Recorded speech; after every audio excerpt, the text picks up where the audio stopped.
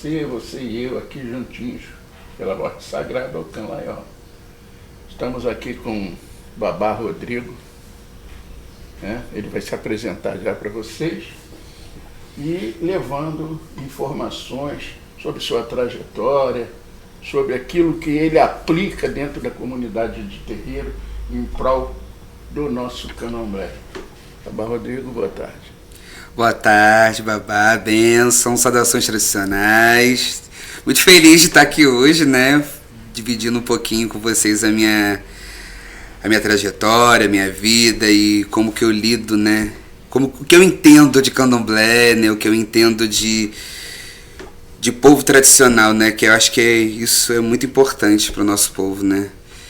E é isso, muito obrigado desde já. Então comece se apresentando pro público. Meu nome é Rodrigo Carneiro, meu nome tradicional é Iuilorum Ebetaió, eu pertenço à nação Efon, eu sou filho de mãe Eliete de Iemanjá, que é filha de pai Alvinho, de Banauê, do Axé Efon, da rama do Axé Pantanal.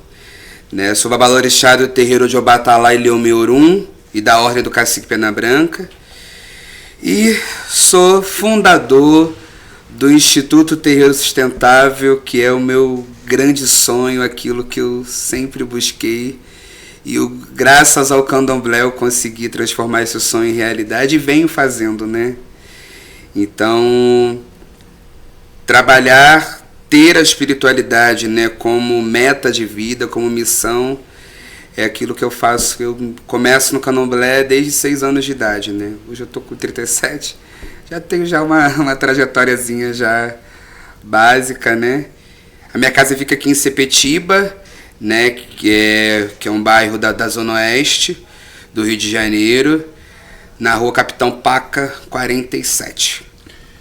Vamos aproveitando já essa deixa para te perguntar como você chegou ao candomblé.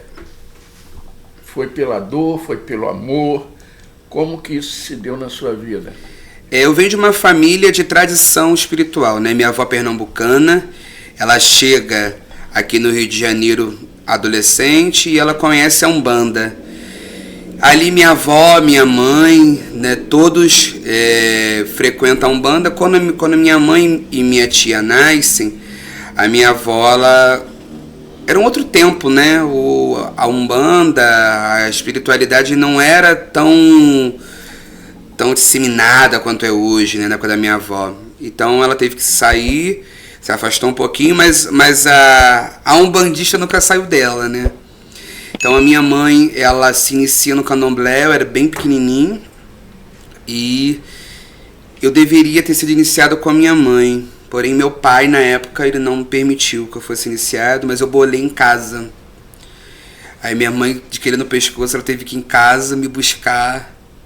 E ali eu comecei todos os procedimentos, tomei boria, sentei santo, fiz tudo o que tinha que fazer, né? Mas até então eu fiquei na Umbanda, não fiquei no candomblé. Por N motivos, né? A gente cresce, infelizmente, com aquele estigma que candomblé mata bicho, né? Que toda essa história da minha família não era muito bem visto, né? E a minha mãe, ela foi feita de uma casa que não foi boa para ela, né? Infelizmente tem muitos sacerdotes que não lidam bem com os nossos princípios. Então a minha mãe não queria para mim isso. A minha mãe não queria que eu entrasse pro candomblé, que eu ficasse na Umbanda, que no entendimento dela era mais leve, mas quem manda é Oxalá, né? Certamente. Oxalá, ele não permitiu, e eu com 16 anos eu fui iniciado. Todo ano eu ficava doente, passava muito mal, eu tinha crises horrorosas. E eu com 16 anos eu fui iniciado no candomblé para o orixá Oxalá. Eu ia te perguntar da questão de quanto tempo entre o abianato e a iniciação, mas você já respondeu. Mas continua no mesmo axé desde quando foi feito? A minha mãe santo, né, que me raspou, é mãe Marta de Oxum, lá de São Pedro da Aldeia. Inclusive quero mandar um beijo para ela, né, minha mãe maravilhosa. Mas no período que eu fui iniciado, eu trabalhava, né? Eu era um adolescente, eu trabalhava, eu estudava na fase de vestibular, né? E por N situações eu acabo me afastando, não da minha mãe santo e nem da casa de fato, mas foi entendido que minha trajetória deveria ser outra, né? Então, eu fui feito no Quito, né? Mas a minha mãe santa ela foi feita em Efon. E Oxalá sempre disse que eu deveria buscar minhas raízes. Desde então, por incrível que pareça, eu paro no Efon e dou continuidade às minhas obrigações no Efon. Beleza. E quantos anos de santo? Eu tô com 19 anos. Com obrigação? Com obrigação de 14 anos paga, caminhando pros 21 aí já. Que beleza. Rapaz, então é um rapaz novo, começando agora, mas com uma personalidade já bem definida no candomblé. Né? E a produção às vezes avisa alguma coisa pra gente. E nós sabemos desse terreiro sustentável. Sim. Como é que isso se procede? Você poderia se posicionar nesse sentido? Eu fiz biologia, né, de formação, eu sou biólogo, eu sou professor de biologia, sou professor de estado. Só que eu faço biologia por causa dos terreiros, né? No terreiro que eu era, lá onde minha mãe foi iniciada, eu era o responsável por pegar as folhas e fazer os banhos de erva, né? Era a minha responsabilidade, era isso que o pai Rogério, né? Que o pai Rogério de Oxóssi fazia, que era o babalorixá dela. Ele que mandava a gente fazer isso, e aquilo era como uma missão para mim. Então eu sempre costumo dizer que quem me deu o diploma de biólogo foi o candomblé, né? O candomblé me tornou biólogo, que eu faço biologia para continuar o trabalho que eu fazia dentro do candomblé. Eu queria entender o porquê que aquele uso daquelas plantas, né? Como aquela ali funcionava de fato, né? O que estava por trás do sagrado, né? Eu faço biologia por causa disso, eu me torno botânico. Eu trabalho de fato com botânica, é a minha especialidade. E eu sempre entendi, foi um grande problema para mim, porque a casa que eu frequentava com a minha mãe era uma casa extremamente ligada à planta, à natureza. Nós íamos para a praia no final do ano, nós íamos para a cachoeira no início do ano. Tinha muitos eventos na natureza.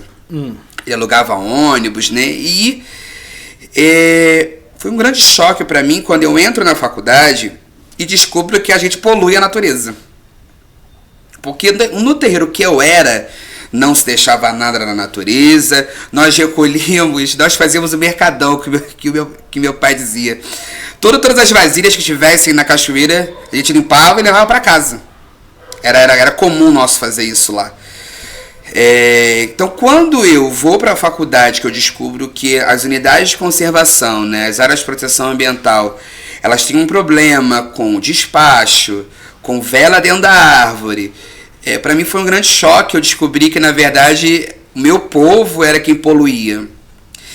Então, na faculdade, eu tive um grande orientador, que foi o professor José Flávio Pessoa de Barros, né, que era o pai Flávio, né, autor de vários livros, né, Queuê, Galinha da Angola, sim, né, claro, entre outros. Pai Flávio foi meu orientador na faculdade. E eu começo a fazer um trabalho com ele, meu trabalho de conclusão de curso, né, o meu TCC com as plantas. E eu entendo que eu deveria continuar esse legado, né? Então, eu termino, infelizmente eu não termino de fazer com ele porque ele falece no meio do meu trabalho. Então eu não consigo terminar meu trabalho de fato com ele. Mas eu entendo, a partir desse trabalho com ele, eu entendi que eu tinha uma missão, um legado aí a ser continuado, né? Eu tomo, por ele ser um homem de Oxalá também, né? Eu entendo para mim que o trabalho dele não morreria. Eu deveria continuar esse trabalho, né? E daí surge o meu próximo trabalho, que foi no mestrado que eu resolvi trabalhar com os presentes de Iemanjá. Né? Eu tentava fazer um trabalho, né, com plantas, de fato, com o Museu Nacional, na época que o Museu Nacional pegou fogo. E uma vez o Caboclo Pena Branca, né, que é o meu caboclo, ele virou e ele dizia que eu devia falar com aquilo que me move, com o meu grande amor, que eu só iria conseguir avançar se eu falasse do que me move dentro da espiritualidade, que é Iemanjá. Todo esse processo não era o processo que eu tinha, né, não fazia parte da minha vivência, até porque eu começo na religiosidade com 6 anos de idade, com a iniciação da minha mãe. Então, eu faço biologia, eu entro na biologia, e na biologia eu conheço o padre José Flávio Pessoa de Barros, que é autor de vários livros, né, sobre folha, como Eu Orixá, né, A Floresta do Segredo, Galinha da Angola, entre outros, né, A Fogueira de Xangô, Olubagé, que são várias obras. Padre José Flávio também era um homem de Oxalá, e ele também era formado em biologia, apesar dele trabalhar na parte de direito, enfim. Ele foi meu orientador na graduação. Infelizmente, eu não termino o meu processo de biologia com ele, né, da minha faculdade, porque ele falece. Mas eu entendo e tomo para mim, né, esse legado de continuar esse trabalho, porque naquela época não tinha ninguém com esse perfil, né? Ninguém que trabalhasse essa interseção de candomblé e as questões ambientais. Um belo dia eu estava tentando um mestrado em botânica, que eu trabalhava lá no Museu Nacional com botânica. O Caboclo Pena Branca, ele vira para mim, ele vira na minha cabeça e diz que eu só conseguiria avançar no dia que eu falasse sobre aquilo que me motivava, aquilo que me fazia permanecer no candomblé, que era a divindade Iemanjá, né? Eu sou devoto de Iemanjá, sempre gostei de Iemanjá. Eu frequento o presente de Iemanjá desde criança, né? O da Praça 15, com a falecida mãe Atanísia. Eu ia sempre lá desde criança. E ele disse para mim que eu só conseguiria avançar com o presente de Iemanjá, que eu deveria fazer algo a partir do presente de Iemanjá. E eu fui pensar a partir disso, né? Fui pensar o que eu ia fazer, né? Aí eu abro minha casa aqui em Sepetiba, e no ano que eu comprei a minha casa, eu vim no presente de Iemanjá, né? Aqui de Sepetiba, e eu entendi por que eu tinha que falar sobre aquilo, né? Eu notei que o presente de Iemanjá, ele era uma grande sala de aula. Eu poderia falar tudo o que eu tinha que falar, tudo que eu queria dizer, eu poderia falar a partir do presente de Iemanjá. E eu faço o processo seletivo da UERJ, né? Antes eu converso, né, com os coordenadores do presente de Iemanjá de Sepetiba, que era o Pai Paulo, né? Pai Paulo de Xangô, ele era o coordenador na época. Ele me convida a conhecer de fato o presente de Iemanjá, né? Mas naquele ano eu não participei. E no ano seguinte, a coordenadora do presente de Iemanjá, ao entrar em contrato com ela cria uma pasta, né? A mãe Temi Flávia, ela cria uma coordenação de meio ambiente no presente de Iemanjá.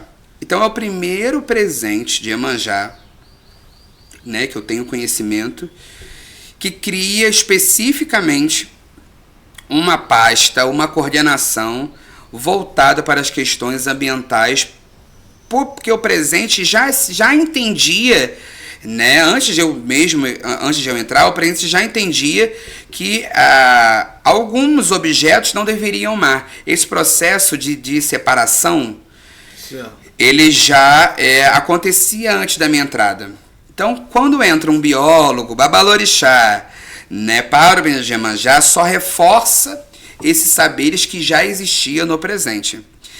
E durante esse processo, né, que foi um mestrado que eu fiz na UERJ, eu fiz diversas oficinas, né? Eu resgatei algumas práticas tradicionais, nós criamos, né, a partir do resgate, um balaio sustentável, uma boneca sustentável, fios de conta sustentáveis, glitter sustentáveis. Então, tudo aquilo que já vai no presente de Iemanjá, eu passei a fazer de forma sustentável, para que não poluísse, né, a casa de Iemanjá, para que não poluísse o mar.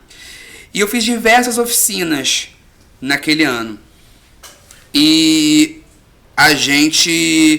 eu acabo o mestrado, né, acabo as oficinas e os sacerdotes continuaram a me procurar, querendo saber. Eu comecei a ser chamado para fazer palestra e etc. Então eu entendi que esse meu trabalho, né, com o Presença de Iemanjá, com as oficinas, ele não deveria acabar, né?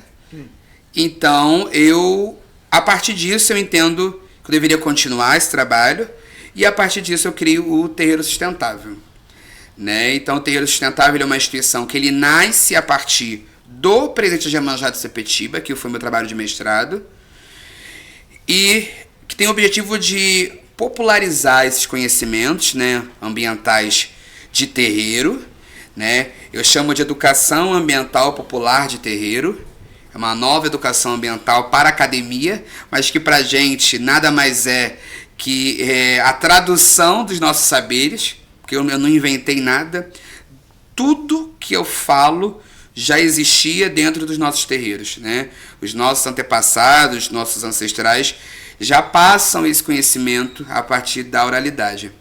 E eu traduzo isso entendendo que esse conhecimento ele serve não só para quem é de terreiro, ele serve para toda a nossa sociedade, né? Então o Terreiro Sustentável, ele desde então, né, ele vem trabalhando aí incansavelmente com ações ambientais, com todos os presenças de Iemanjá do Rio de Janeiro, fora do Rio de Janeiro. O nosso presente hoje, ele é conhecido internacionalmente. O nosso presente ele já é conhecido pela Universidade da Alemanha, pela Universidade de Paris. Então, hoje existe proporção internacional. O caboclo disse que você avançaria, né? Exatamente. O caboclo estava certo, né? Eu sou obediente.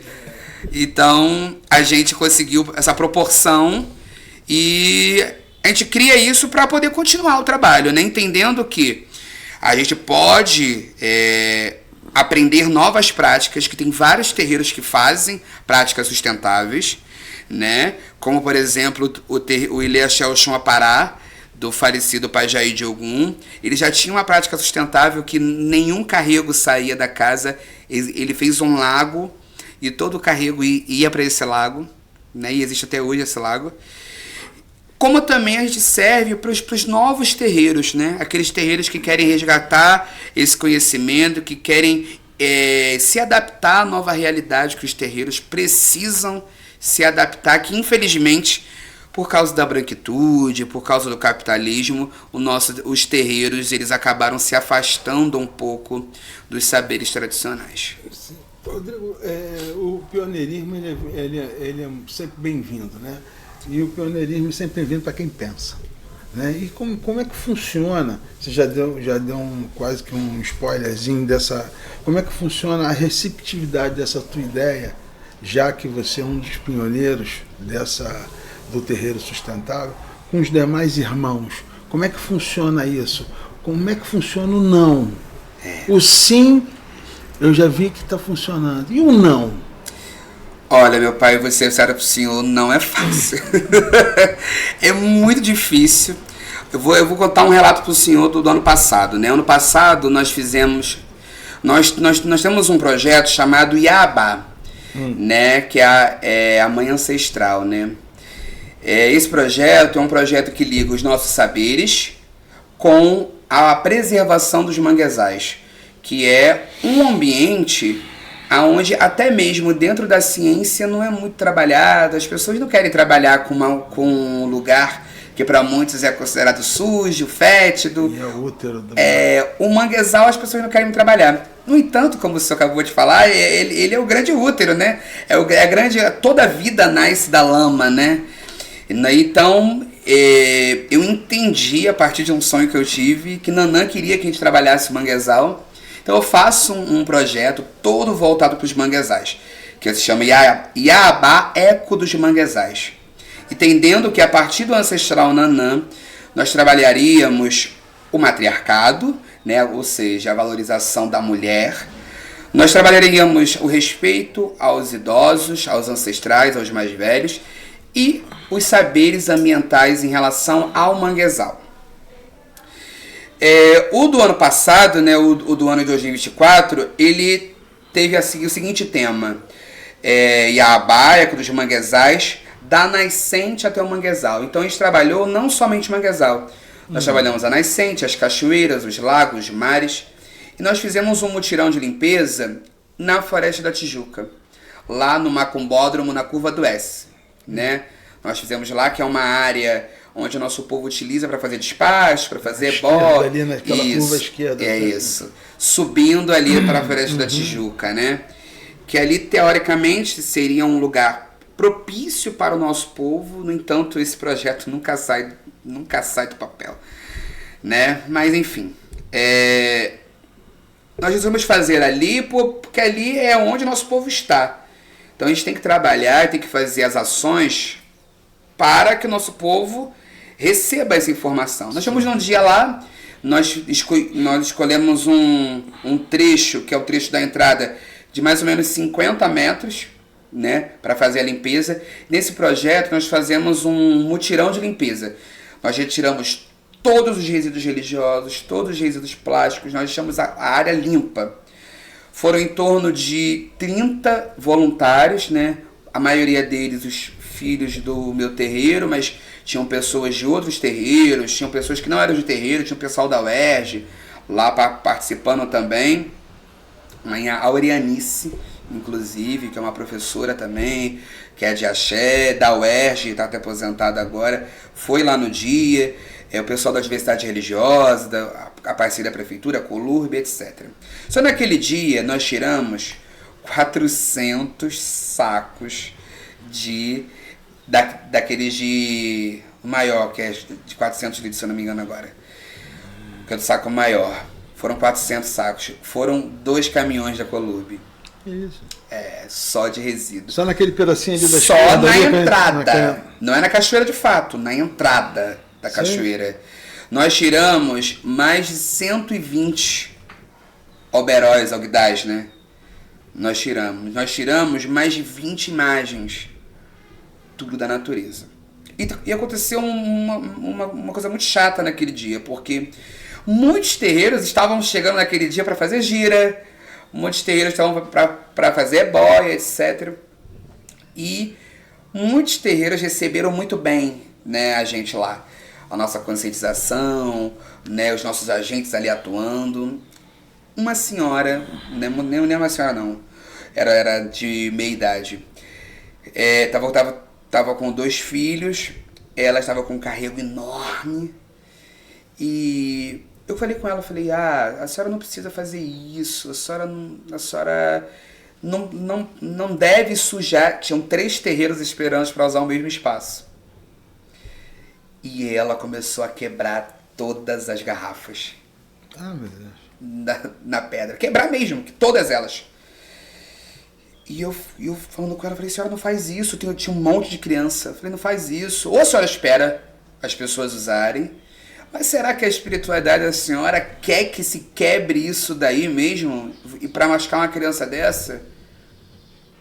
E ela foi extremamente grossa comigo, né? Eu tive que usar minha autoridade ali como biólogo naquele momento e avisei a ela que se ela não parasse, eu ia chamar a polícia.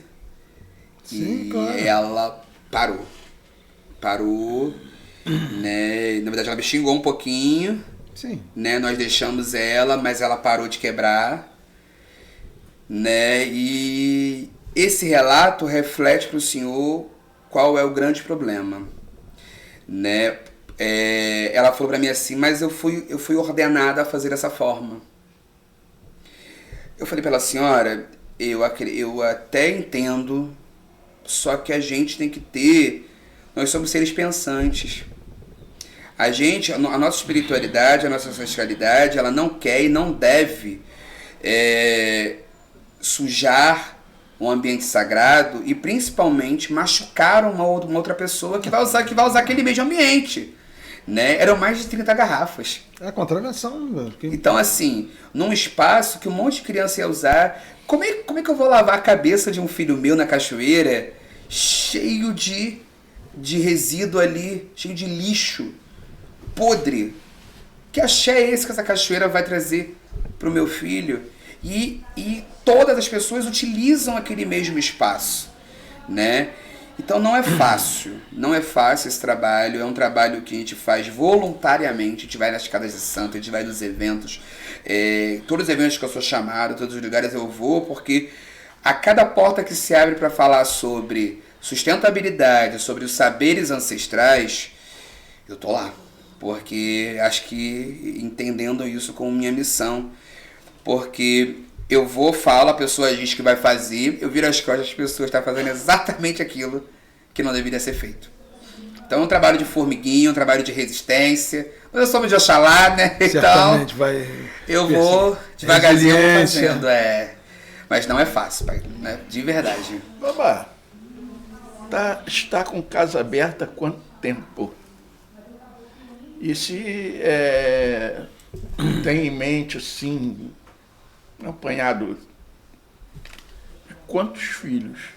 Olha, eu já estou com 15 anos de casa aberta, né? Eu abro minha casa um pouco antes dos meus 7 anos, por ordem de Obatalá, e eu estou com 21 barcos feitos, né? Eu tenho em torno aí de uns 50 que frequentam, né, de fato hoje a casa.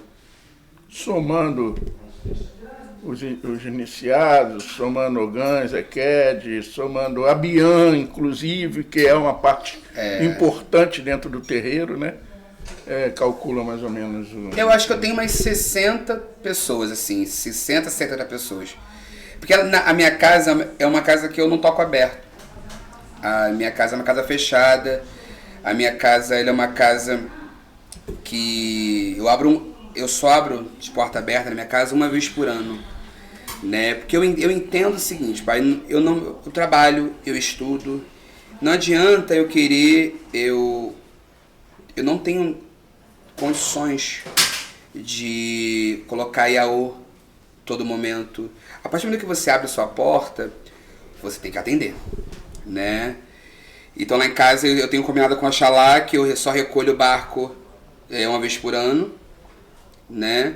E é assim que funciona. Lá em casa todos os filhos que entram é só por indicação, um traz o outro, né? Então, mesmo assim a casa sempre tá cheia, né? O último barco tinha 19 pessoas. Já tem alguém Já. em casa aberta? Eu tenho 3 filhos aí abrindo casa, né?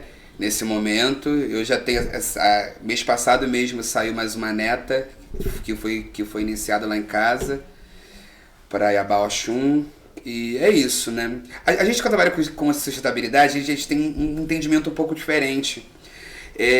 Eu não entendo o candomblé da forma que ele é. Para muitos, né? Sim. O candomblé pra gente é para além da religiosidade, né? Nós entendemos o candomblé como povo tradicional. Então isso, você ter uma filosofia de candomblé como povo tradicional, que é o que a gente vem batalhando na justiça, por exemplo, existe uma PL chamada PL Macota Valdina, que reconhece o nosso povo como povo tradicional, né? Então, e você levar a vida como povo tradicional é muito difícil, porque você tem uma série de preceitos, você tem uma série de situações, você tem que respeitar os ciclos, né? E na minha casa é respeitado os ciclos. Então eu não tenho condições de trabalhar, estudar, ter pós-graduação, fazer outra faculdade e ter o ativismo ambiental, né? Eu sou conselheiro do Conceia, por exemplo, eu tô lá no Conselho de Segurança Alimentar. Então, todas essas atividades, mais o sacerdócio, não tem como ter uma rotina tão grande de iniciações na minha casa. Mas também não para, né? O senhor está, como eu falei anteriormente, o senhor com esse ativismo, né? O senhor criou uma identidade, né, em Septiba. E agora aqui no curso falou que outras 3 casas, nascendo da sua, eles são, o senhor pode considerar os seus iniciados como agentes multiplicadores dessa mentalidade? É o mínimo, né, pai? É o mínimo, né? Porque assim como eu herdo de pai Flávio, né, esse legado ancestral, né, em relação ao cuidado do meio ambiente, na minha casa, por exemplo, não se vai vela no ebó, que é um choque para as pessoas, né? As pessoas botam vela no ebó. Na minha casa não vai, porque a parafina é derivada do petróleo e aquilo dali, o orixá já tem luz.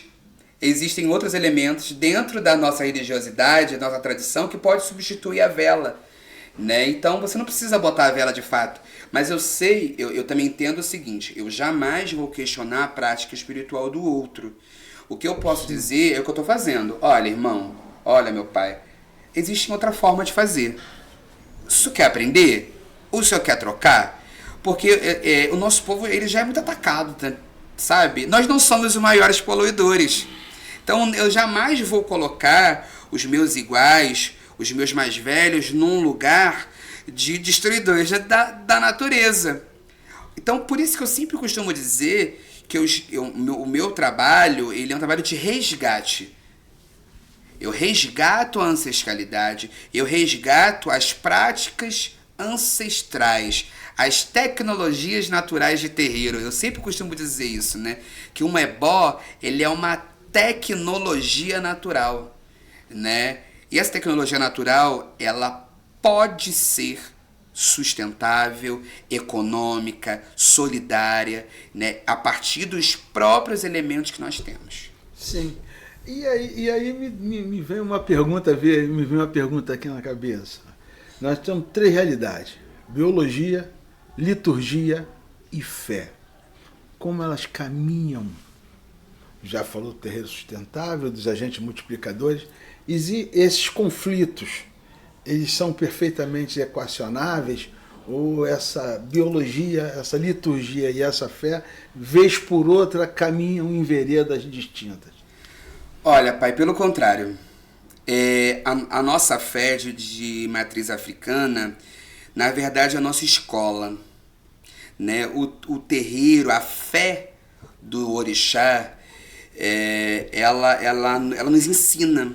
Então, a partir do momento que tudo que eu batalar me ensina... Vou dar um exemplo concreto para o senhor. Dentro da nossa liturgia, o alecrim é uma erva de Oxalá, né? Pelo menos dentro da minha tradição. E eu fiz questão de te dar o alecrim. Dentro da biologia, né, eu trabalhando com a questão química, eu sou botânico, etnobotânico. O alecrim, ele é uma erva que tem o poder de ajudar a gente a compreensão. Então é muito comum, os nossos antepassados pegavam antigamente e botavam dentro do livro, a minha avó tinha esse costume, de botar dentro do livro ali um galinho de alecrim. E na aromaterapia, na biologia, a gente sabe que o alecrim, ele ajuda nossos neurônios a processar isso. Então, a partir do momento que eu começo que a academia eurocêntrica, né, essa academia excludente, né, essa universidade embranquecida, ela não contempla nossos saberes. Mas quando eu, na academia, eu olho aquilo que eu aprendi dentro do terreiro, aí eu entendo aquilo que o caboclo me falou lá atrás, que eu deveria fazer essa interseção. E é o que eu faço todos os dias. Por exemplo, eu ensino um processo de compostagem, né? Certo. Que nada mais é que você pegar todos os resíduos orgânicos, o resto de comida, né? E você transformar em adubo. É só isso. Dentro das casas de candomblé, isso é feito. Existiam rituais de onilé ou aizan, dependendo do culto, né? Ou entoto, né? Dependendo da tradição, que é exatamente isso. É tudo que sobra, que vai alimentar a terra em algum momento. O que é isso? Compostagem. Que os nossos ancestrais chamaram de outra forma. mas é o entendimento e é o saber que na nossa fé nós entendemos que a terra precisa comer, que nós temos que devolver a terra. Na minha fé diz isso. Aí na biologia eu aprendo... Na minha também. Que é da mesma coisa, que tudo tem que voltar para a terra, que a terra vai ser adubada e isso vai continuar o ciclo da vida. Então eu não consigo entender a fé separada da ciência, porque na verdade, no nosso culto, na nossa forma de pensar, a fé ela é a nossa ciência, porque a nossa fé ela é baseada na vida. Hoje existe uma frase dentro do meio ambiental que são SBN, né? A gente tem que, são sistemas baseados na natureza. Tudo hoje, a construção, um produto, tudo é baseado na natureza. E não é exatamente o que nossos ancestrais fizeram? Tudo dos nossos ancestrais é baseado na natureza. Nada é além disso. Qual é o problema que aconteceu? A questão do capitalismo, o nosso sistema de mercado, né? Até o mercado para o nosso povo, ele é diferente da dinâmica que nós vivemos. E é esse entendimento que eu tento trazer para a sociedade, porque o nosso povo já tem. Muitas vezes não reconhece que tem. E a missão do Terreiro Sustentável é falar, olha, isso daqui, isso aqui que você chama de onilé, é compostagem. Tá entendendo? O Olubagé, que é o grande banquete do rei, é soberania alimentar, né? É eu trazer nutrição para o nosso povo, né? O banho de erva, né? Nada mais é do que uma medicina tradicional. O chá que nós bebemos nada mais é que uma medicina, que um remédio, e assim a gente desperta. Tanto que pra gente existe a hora de você colher a folha, dependendo do dia, do momento do ano que você colhe aquela folha, tem uma serventia diferente. Isso é ciência. Porém, a gente foi colocado numa caixinha de religião. Porque quando a gente é colocado na caixinha de religião, a gente simplesmente é tratado como inferior. E por isso, somente por isso, que a gente precisa entender qual é o nosso lugar. Sim. A gente, basicamente, em cima do que você falou, o GES já pratica isso há muito tempo, né? O grande problema... Eu tô falando, eu tô viajando aqui. Eu tô viajando. Desculpa, mas é um prazer muito... Tá sendo muito prazeroso nossa conversa. Já tá falando, eu tô viajando. Eu tenho certeza que Mota também. Nós somos problema hoje é a questão física dos terreiros. O espaço físico, né? Que já não existe tanto como antigamente. A minha esposa é Doneta, em Casa Aberta. Nós temos um espaço físico de um terreno de 15 por 100. Nossa! Então, que tem uma parte de 50 para trás que a gente nem usa, temos algumas árvores lá atrás, coisa e tal, mas a gente não abre para o povo. Sim. É só... É a floresta sagrada, né? O Ibu, né? Exatamente. Que ali hoje nós não temos mais condições de estar fazendo GRA, porque existe várias cerimônias, então nós temos outros tipos de cerimônia para suprir isso. Mas tudo dentro do GES não vai para a rua, dentro da minha comunidade. O que vai adubar a terra, o que sai dali de dentro, vai para o pé da árvore daquele orixá, e ali vai comer... O que é isso, meu pai? O que você acabou de falar. É sustentabilidade, gente. Entende como eu não inventei nada? Mas aí que vai repousar a minha pergunta agora. O senhor fala, eu viajo, Mota falou, pioneirismo ou resgate? Resgate, total. Fala pra mim. Resgate. Nossos irmãos estão ali. É resgate, porque quem sou eu para ser pioneiro em alguma coisa? Na verdade é resgate total, porque como eu sempre friso, né? Eu na verdade, eu só traduzo, né, aquilo para a academia, não para os nossos. E para os nossos, eu alerto, olha, isso aqui que as pessoas estão falando tanto, Na verdade, nós já fazemos a vida inteira, há séculos. As casas são as seculares e tem essa tradição e ela é passada esse ensinamento. Só que, infelizmente, meu pai, as pessoas não praticam isso nas suas casas. As pessoas, a especulação imobiliária cada vez mais tornou os nossos terreiros menores. Os quintais produtivos que as casas tinham, as casas antes, elas faziam suas paramentas, elas faziam suas vestimentas, elas plantavam e colhiam, né, as coisas. Tá viajando, né? Hoje, Tá viajando. infelizmente, as casas não fazem isso. E vou ser sincero pro senhor, isso hoje, pra mim, antes já foi um problema. Que eu sou da resistência, sabe? Mas hoje pra mim não é um problema. Porque a partir do momento que a gente entende, por exemplo, que se na minha casa eu tenho a cocô, na casa do senhor, o senhor tiver mariô, dendezeiro, na casa dele ele tiver iroco, eu não preciso comprar um iroco. Sabe que você comprar uma folha de iroco no Mercadão? R$5. Uma folha de iroco. Então, a gente entender a circularidade, o mercado para o nosso povo é isso. Olha meu pai, o senhor me dá, o senhor me vende uma folha de iroco e eu, por exemplo, eu posso ter um filho que produza fio de conta e o senhor precisa comprar um fio de conta para alguém que tem uma obrigação, ou o senhor precisa de uma costureira, e aí isso, o intercâmbio entre as casas acontecer. E vai capilarizando o conhecimento. Nesse momento, o que acontece? Pensando para solucionar esse problema das árvores, por exemplo, que é um problema, porque as casas hoje são urbanas. Como que você vai ter, por exemplo, um iroco, né, dentro de... Estourar tudo. Não tem como, pai, não tem como. Na casa do meu pai, por exemplo, ele tinha um iroco lá, e o iroco derrubou tudo, ele teve que tirar o iroco. Não teve como.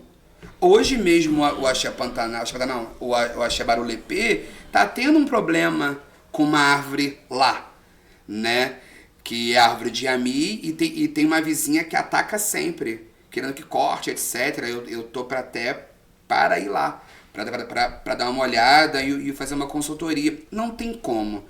Como que a gente soluciona isso? Há uns 2 anos atrás, o Terreiro Sustentável começou aqui em Sepetiba, aqui na Brisa, desculpa, que é do lado de Sepetiba, tem ali uma área de proteção ambiental, que é a APA das Brisas. Nós começamos a plantar todas as árvores sagradas ali, todas elas.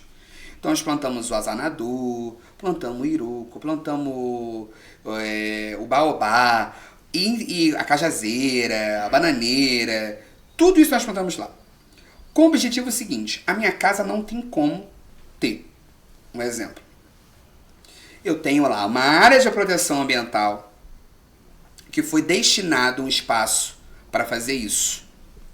E essa área de proteção ambiental, ela por lei deveria produzir mudas, ter composteira e servir à comunidade. Que toda área de proteção ambiental, né, se for uma APA, as pessoas podem utilizar aquela área. Existem áreas que não podem utilizar, mas existem áreas que podem. Então, o poder público ele pode nos ajudar nesse processo. O que aconteceu? Essa área é uma área abandonada aqui no Rio de Janeiro. Então, não tem guarda-parque, não tem nada. Todas as nossas mudas, incrivelmente, só as nossas mudas e as nossas árvores foram queimadas. Então, hoje a gente não tem nenhuma árvore mais. E tinha uma plaquinha com QR Code, com o nome nas 3 nações, com o nome científico. Era bem feita a coisa, sabe? E agora a gente está tentando, agora o objetivo o Iabá desse ano, né, que é o projeto eles são 3 meses de ativismo. Ele começa em maio e termina em julho. Né? E nesse ano vai ser a reestruturação dessa área de proteção ambiental para que as pessoas tenham acesso às ervas, às árvores sagradas e possam destinar. Porque não adianta, pai, eu só recriminar. Falar, olha, você não pode fazer isso. Eu tenho que dar uma solução. Entendo perfeitamente. Entendeu? A gente só falar, a gente só reclamar, não é meu perfil. O meu perfil, tá, beleza. Qual é o problema? O problema é para onde vai o carrego? Beleza, então vamos criar uma área que seja para o carrego. E eu vou instruir aquela pessoa, olha, no carrego pode isso, não pode isso.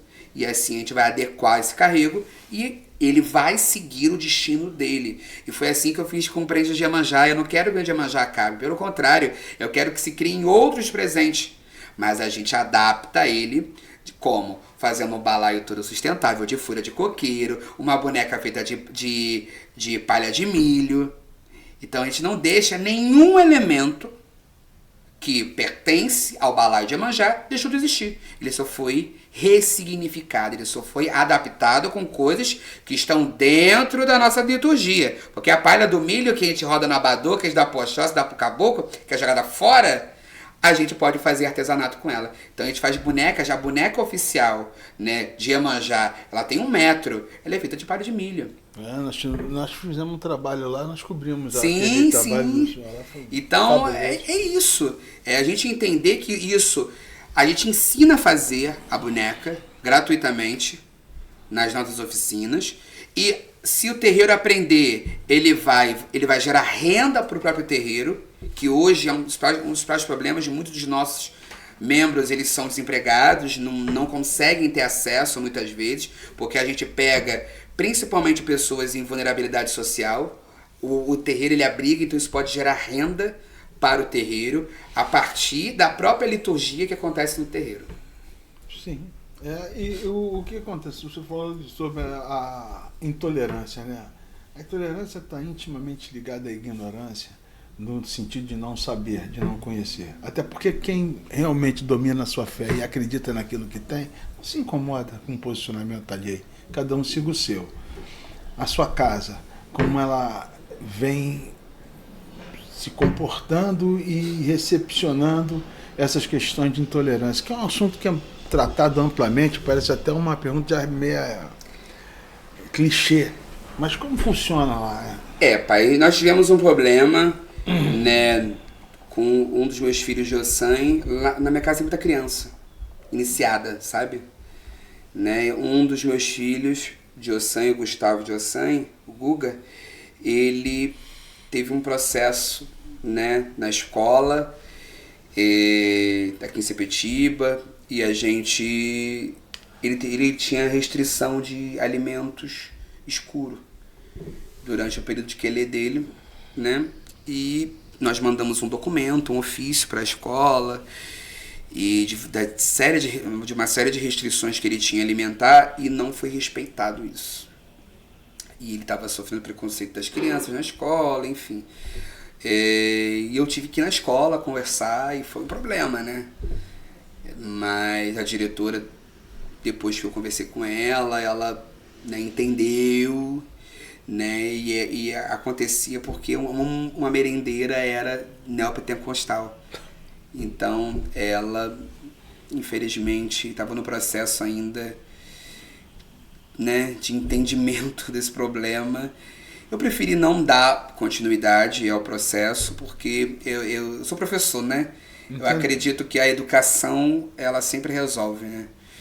E eu também não queria prejudicar, era uma mulher preta que estava ali, entendendo? E eu entendi que, na verdade, ela ainda não se reconectou com a sexualidade dela ainda. Se permanecesse, claro, a gente teria que tomar alguma atitude, né? Mas após esse processo, após a minha ida à escola, a gente conseguiu entender, né, e foi resolvido o problema. Mas aqui na Zona Oeste a gente tem vários problemas de intolerância religiosa, né? Vários irmãos e irmãs passam por esse problema de intolerância, o terreiro é atacado. Nós tivemos há pouco tempo, por exemplo, o terreiro da mãe Lumiar, né? Que o terreiro dela foi atacado, e até tem quitim no terreiro dela. Foi atacado o terreiro dela, né? E a gente teve aí o último ataque nosso público, né?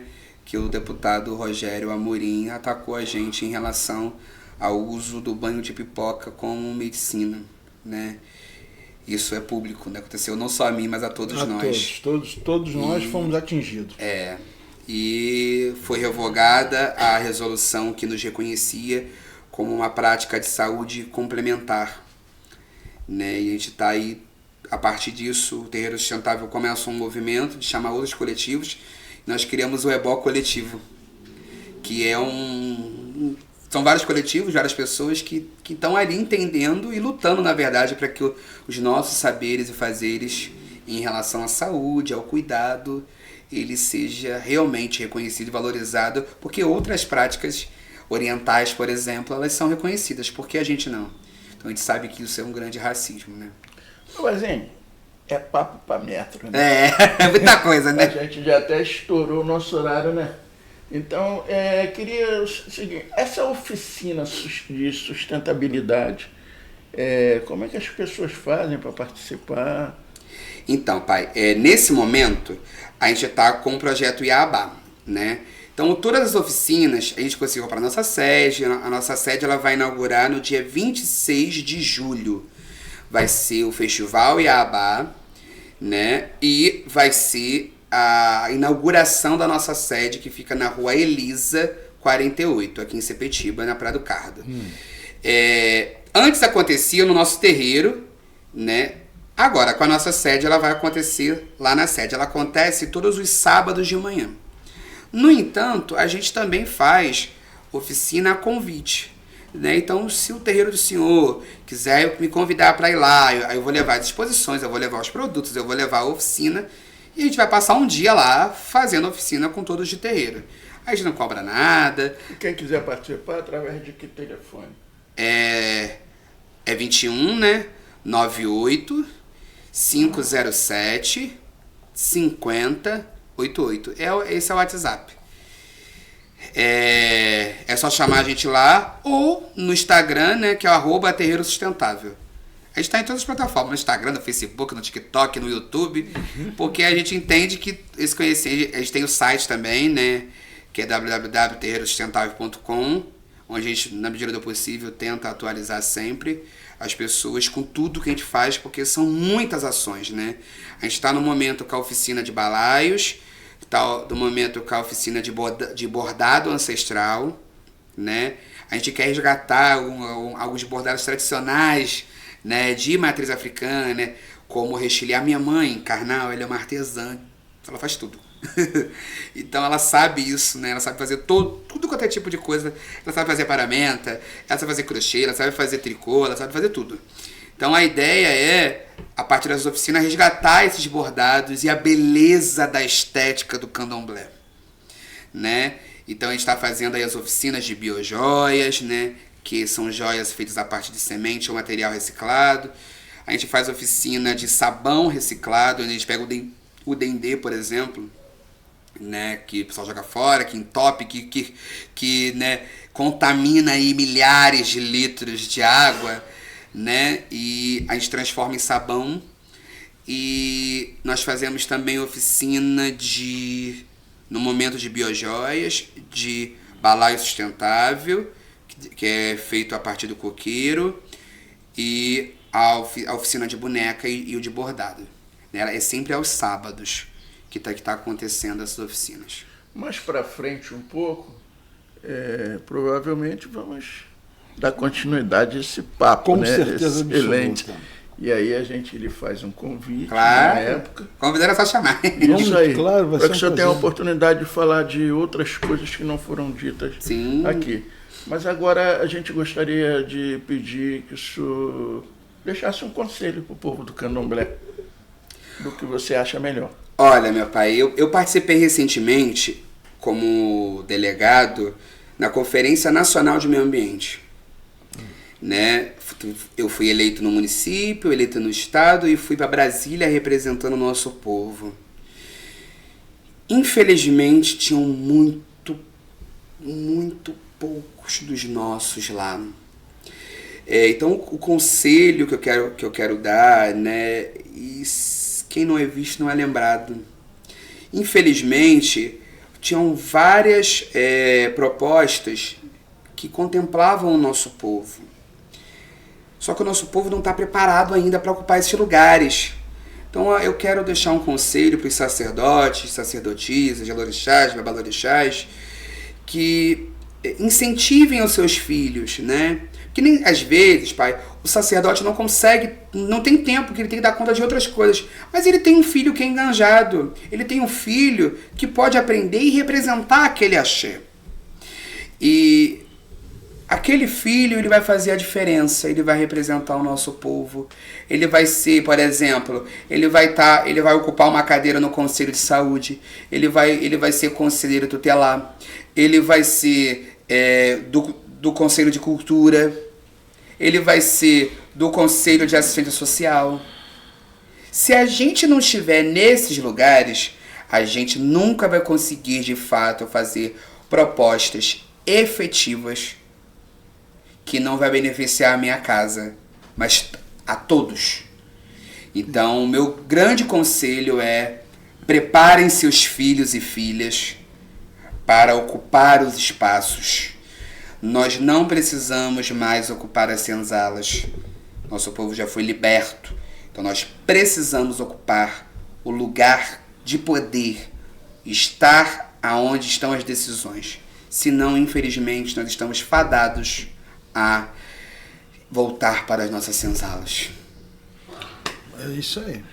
Você que nos ouve, nos assiste, gostaria de deixar o meu agradecimento pela disponibilidade de estar conosco e dizer que quem estiver interessado nessa oficina de sustentabilidade, procure o Babazinho através do telefone 985075088 e a gente encerra aqui esse papo gostoso, que teremos outras oportunidades, e muito obrigado por estarem conosco.